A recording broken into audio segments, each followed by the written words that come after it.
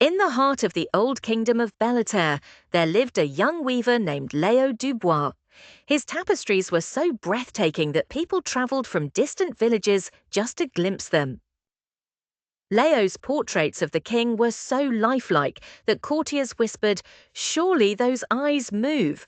His landscapes shimmered with such colour that one could almost smell the lavender fields and feel the warm Provençal sun.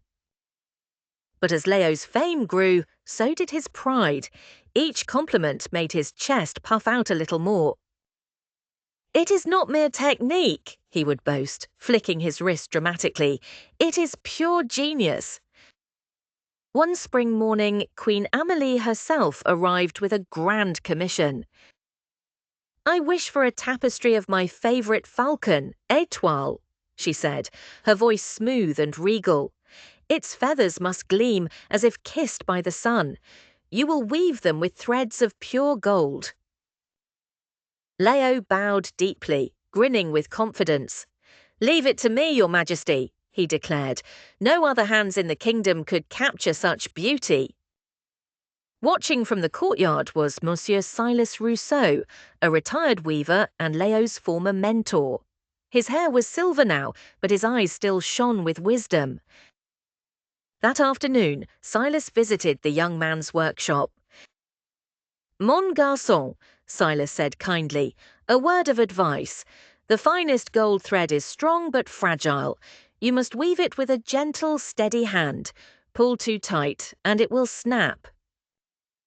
Léo, busy preparing his loom, didn't even look up. "Ah, Silas," he said with a smirk, "your days of weaving belong to the past. My art demands flair, not caution."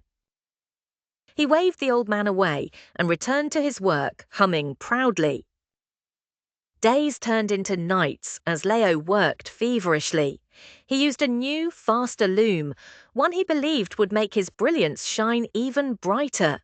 But in his haste, he pulled the golden threads far too tight.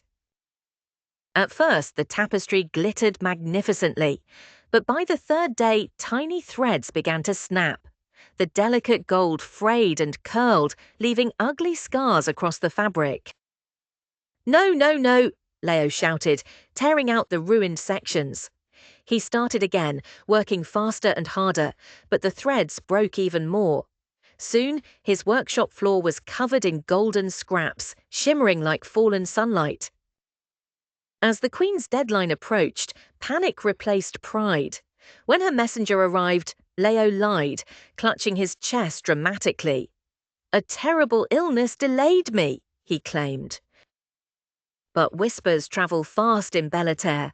Word of his failure reached the Queen's ear. Days later, Queen Amélie arrived at Léo's workshop, Silas beside her. The Queen's eyes widened at the sight before her. Piles of snapped gold, a half-finished tapestry, and a weary, pale Léo slumped over his loom. Silas stepped forward gently. "The heart of a weaver must be humble, Léo," he said. "The thread is your master, and your hands are its servant. You tried to rule it with pride, and so it broke." Léo bowed his head. His cheeks flushed crimson. For the first time, he saw the truth. His pride had blinded him. He had ignored wisdom, scorned patience, and forgotten the soul of his craft. Seeing his remorse, Queen Amélie spoke softly. "You may have another chance, Léo Dubois, but first you must prove your hands and your heart are ready.